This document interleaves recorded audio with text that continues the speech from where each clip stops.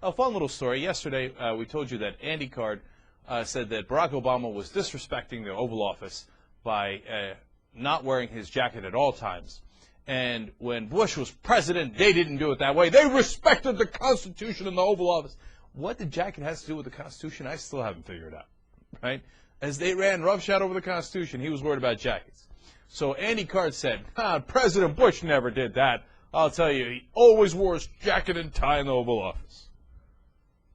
You see this from a million miles away, right? All right, here it is. Wait a minute now. He doesn't appear to be having his jacket on. Oh, that's outrageous. What kind of disrespect for the Oval Office is that? By the way, this picture is so great because he's talking to Harriet Miers there.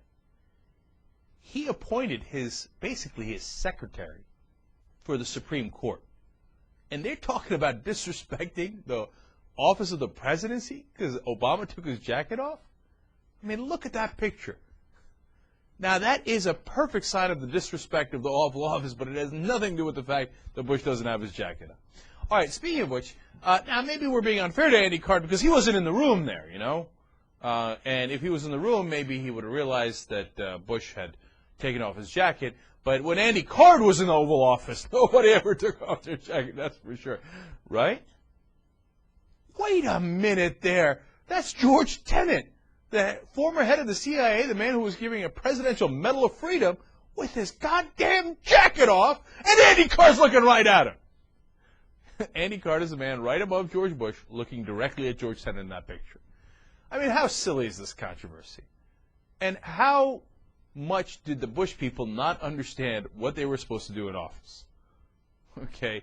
And by the way, Andy Card also claimed that there was a long history of the presidents always keeping their jackets on in the Oval Office. Now, does that man appear to have his jacket on? I think it's a fairly respected gentleman in American history. This one, not as respected, but, you know, a lot of people thought he was a good guy, but he's a Republican. Wait, what? No! A2 Gipper?